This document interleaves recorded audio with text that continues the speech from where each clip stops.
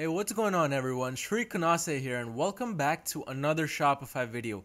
In this video, I'm going to be showing you guys exactly how you can revive your old Facebook ad sets which may have stopped giving you any types of results or which may have completely died out. I've been doing Facebook ads for a while now, and what I noticed is that even after a while, the really best performing ad sets turn to absolute crap after a few days. And that sucks mainly because we start to lose the profits we once used to get through those ad sets, mainly because they were our winning ad sets. So in this video, I'm going to go over first of all why that happens, and I'm also going to be giving you guys a few solutions as to how you can overcome those dying ad sets and what you can do to revive those old Facebook ad sets fast and profitably. But if you're new to my channel and this is one of the first videos you're watching, pause this video for about 2 seconds and smash that subscribe button down below so you join the winners club, as I like to call it. And without further ado, let's jump right into the topic. Alright guys, so how do you revive our old Facebook ads?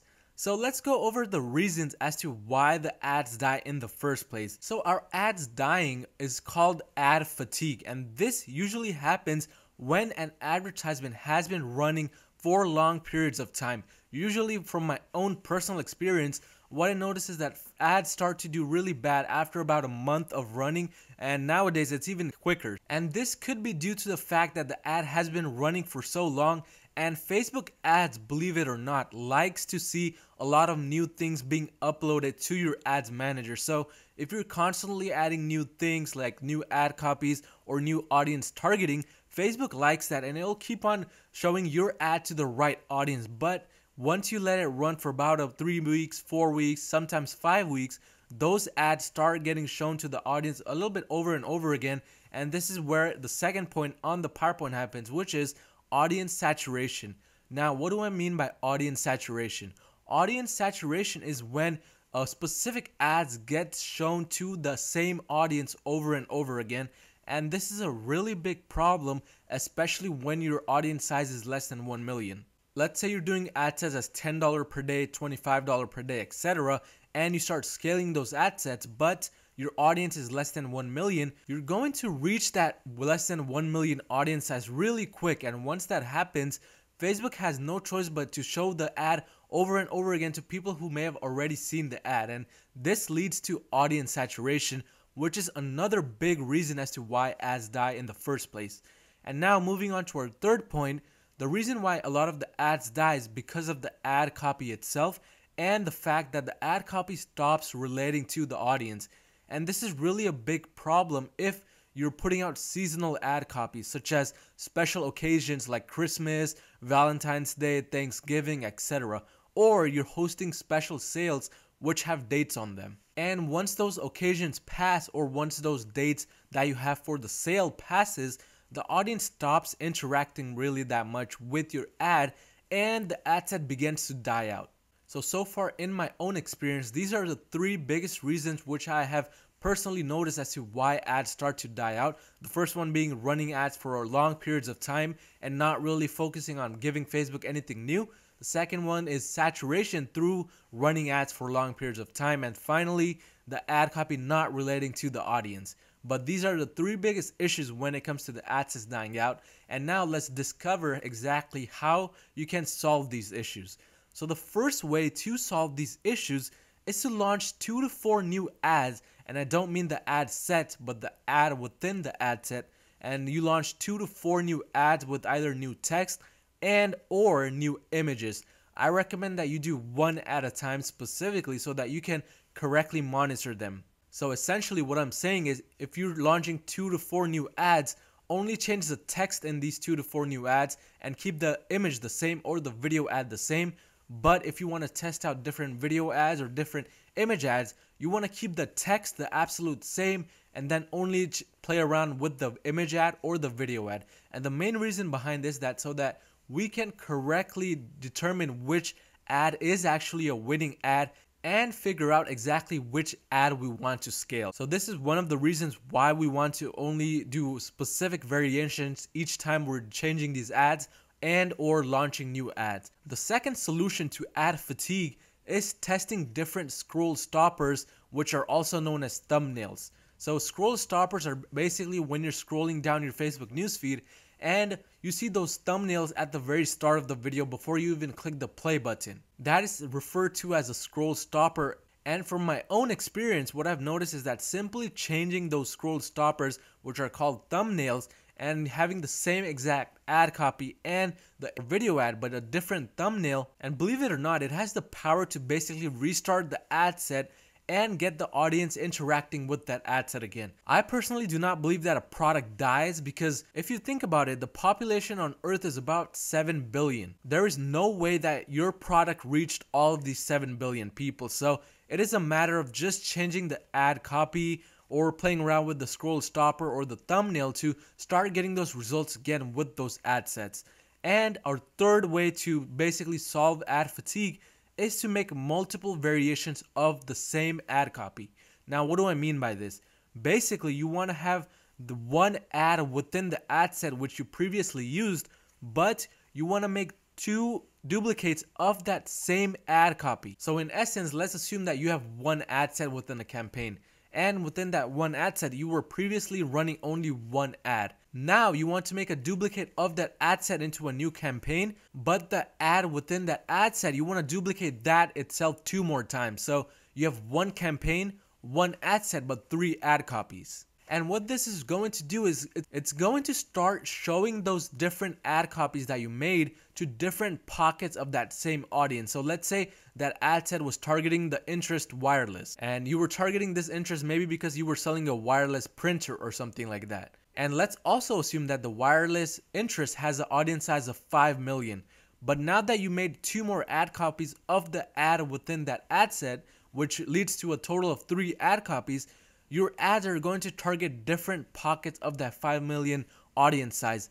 And what this is going to do is going to broaden your scope of finding a different audience, which is a winner within that 5 million audience size. So in essence, you're targeting those same 5 million people, but they're reaching different pockets of those 5 million. Because your ad set is not going to reach all of those 5 million people at the same time unless you're running at a $10,000 per day budget, which is not the case for majority of us. So this leads to a little bit more profit in this case, because it is reaching more pockets that you previously may not have reached, and this is going to basically revive those ad sets. So these were the solutions to the ad fatigue, but what do you do when it comes to the audience itself? What if the audience is dying?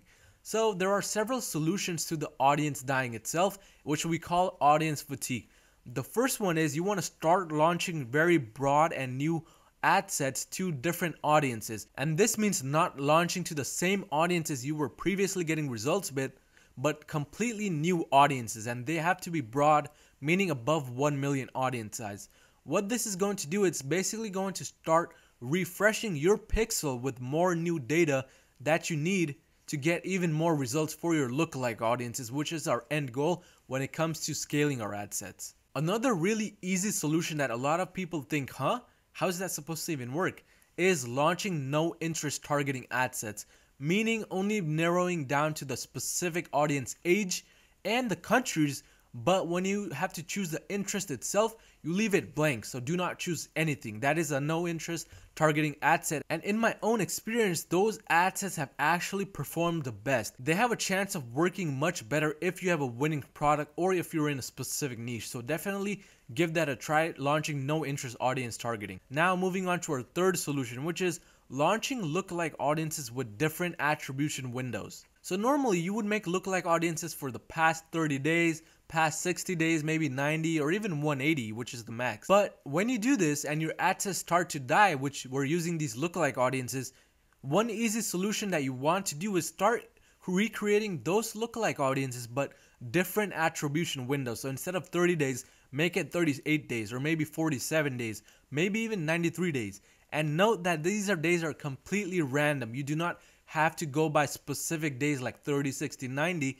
And the main reason why we're changing from 30, 60, 90 to something completely random like 38, 47, 93 is because these attribution windows, believe it or not, are targeting completely different pockets of that same lookalike audience. So the custom audience targeting those people who visited your website or whatever you set the custom audience to in the past 38 days is completely different from the audience for the past 30 days. That means Facebook is going to find a bunch of new people that were previously not part of the 30-day audience window. And I have personal experience with this, that simply doing this revived a lot of my old lookalike audiences which were kind of failing. So this is actually a really easy technique to get those lookalike audiences working like brand new again, which is simply changing the attribution window to something random but not containing those previous values like 30, 60, 90 or whatever you previously used. Use something completely random but completely different. And now our fourth solution to audience fatigue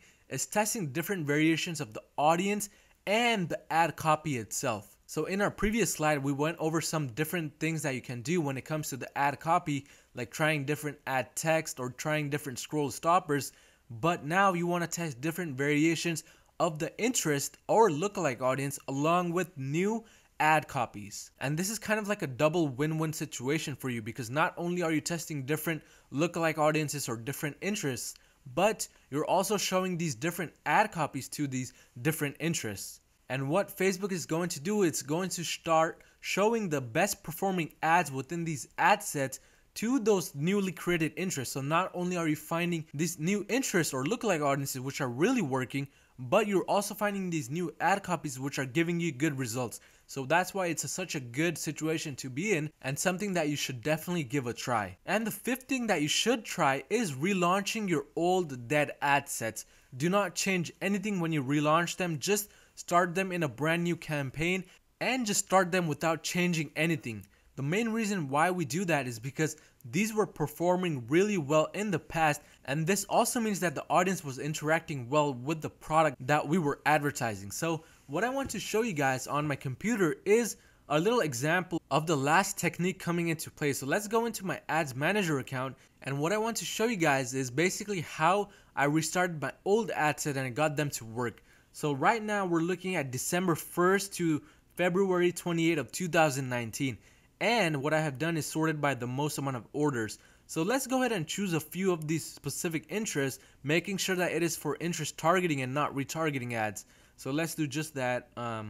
Let's choose these ones which were giving results. And once I do that, I'm going to be going inside the ad set level to show you guys the highest amount of ROAS and what I did to basically start them over again. So let's go inside the ad set level to show you guys. Alright guys, here we are in the ad set level, and let me go ahead and sort by the most amount of ROAS so I can show you guys the ad sets that were performing the best. So here are the specific ad sets. The ones that I want to show you are at the very top. So this one got me one purchase, but this was not the best ad set. But let's go ahead and look at these other ones with more purchases. So this one had a ROAS of 5.75. This one had 5.32. And these were all really giving good results, but by the end of February, they were starting to die out. So let's keep on looking at the ones that were performing the best, but I had to turn them off. So like these ones right here. So I would say until this specific ad set were the ad sets which were really performing the best, but they were starting to die out and not give good results, which is why I stopped them. So it looks like there were about 19 ad sets that were performing really good but began to die. So now let's go ahead and go back to the campaign level and look at the month of March to see exactly which ones I restarted and to see what kind of results they began to give. So I'll meet you guys at campaign level. So here we are guys within those two campaigns containing all of the ad sets which were performing best until the end of February, but I had to restart them in March. So what I did is I restarted them at a budget of $5 per day, and let's look at the ROAS. So I restarted them about 2 days ago. As you can see, it's only spent about $10, but we can see that they're already bringing in good results. The ad set at the very top has a ROAS of 4.22, the next one at 3.97, and these other ones, they were just recently restarted, but they're all bringing in results. And the profit margin for this specific product is around $13 or $14, which means I do have a good profit when it comes to these new ad sets that I had to basically restart. But this is basically the power of restarting those old ad sets which may have started doing bad. It is worth a try because these are the kinds of results you should be getting once you restart those old ad sets. But let's go back to the PowerPoint presentation and continue on. So right now we did go over the last solution, which was relaunching those old ad sets. But let's figure out how exactly we can measure the results that we're getting from applying all of these solutions. So the first thing you really want to keep in mind is that you want to be monitoring these newly changed ad sets, whatever you change, whether it's a new ad copy or a new audience that you're testing, or whether you're relaunching those old dead ad sets.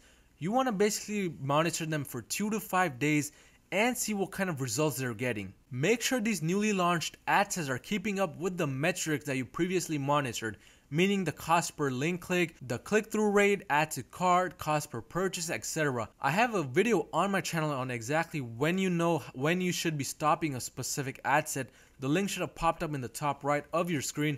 Do check that out. But the main thing that you want to be looking at is the cost per purchase. Make sure that the cost per purchase is within your budget so that you have profits left over in the end and you're not in a loss.